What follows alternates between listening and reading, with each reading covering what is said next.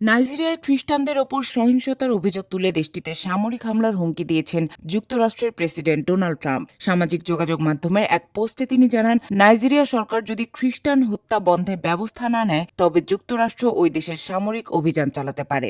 Trump তার পোস্টে লিখেন, আমি কেবলই প্রতিরক্ষা দপ্তরকে নির্দেশ দিয়েছি সম্ভাব্য পদক্ষেপের প্রস্তুতি নিতে। যদি আমরা আঘাত হানি তা হবে দ্রুত ও নির্মম, ঠিক যেমন ওই সন্ত্রাসীরা আমাদের প্রিয় খ্রিস্টানদের ওপর হামলা চালাচ্ছে। সতর্কবার্তা, নাইজেরিয়া সরকারকে দ্রুত পদক্ষেপ নিতে হবে। তিনি আরও বলেন, যুক্তরাষ্ট্র অবিলম্বে নাইজেরিয়ার প্রতি সকল সহায়তা বন্ধ করবে যদি দেশটি খ্রিস্টান হত্যার অনুমতি দিয়ে যায়। ট্রাম্প দাবি করেন, যারা এসব ভয়াবহ নৃশংসতা চালাচ্ছে সেই ইসলামপন্থী সন্ত্রাসীদের পুরোপুরি নিশ্চিহ্ন করতে আমরা হয়তো এখনই সেই কলঙ্কিত দেশে অস্ত্র হাতে প্রবেশ করতে পারি।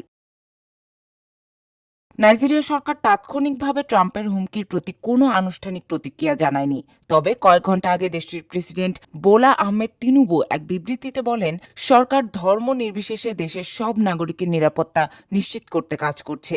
তিনুবু বলেন, নাইজেরিয়াকে ধর্মীয় অসহিষ্ণু দেশ হিসেবে চিত্রায়ন বাস্তবতার প্রতিফলন নয়। আমাদের সংবিধান প্রত্যেক নাগরিকের ধর্মীয় স্বাধীনতা নিশ্চিত করে। আমরা যুক্তরাষ্ট্র ও আন্তর্জাতিক সম্প্রদায়ের সঙ্গে কাজ করে যাব যাতে সব ধর্মের মানুষ নিরাপদে থাকতে পারে।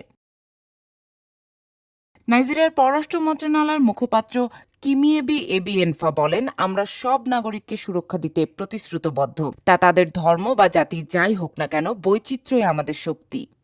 ট্রাম্পের এই মন্তব্য কোনো প্রেক্ষাপট ছাড়াই আসেনি। যুক্তরাষ্ট্রের কয়েকজন ডানপন্থী রাজনীতিবিদ ও কিছু খ্রিস্টান সংগঠন নাইজেরিয়ায় চলমান সহিংসতাকে খ্রিস্টান গণহত্যা বলে আখ্যা দিচ্ছে। যদিও মানবাধিকার সংস্থাগুলো বলছে এসব সহিংসতা মূলত জাতিগত, অর্থনৈতিক ও নিরাপত্তাজনিত কারণে ঘটছে, ধর্মীয় নয়।